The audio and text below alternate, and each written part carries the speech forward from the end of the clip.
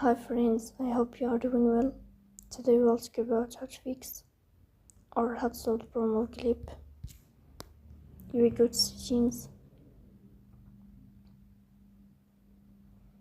Here in this page, you click on apps, default apps, app settings. In this page you will search about Glip app. In this window of app info,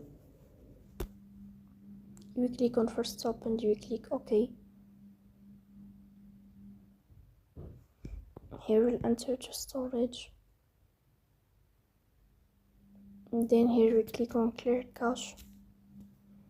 In the end you will turn on your airplane mode and you will turn off your airplane mode again to fix that problem. So please don't forget to support us, bell icon, subscribe.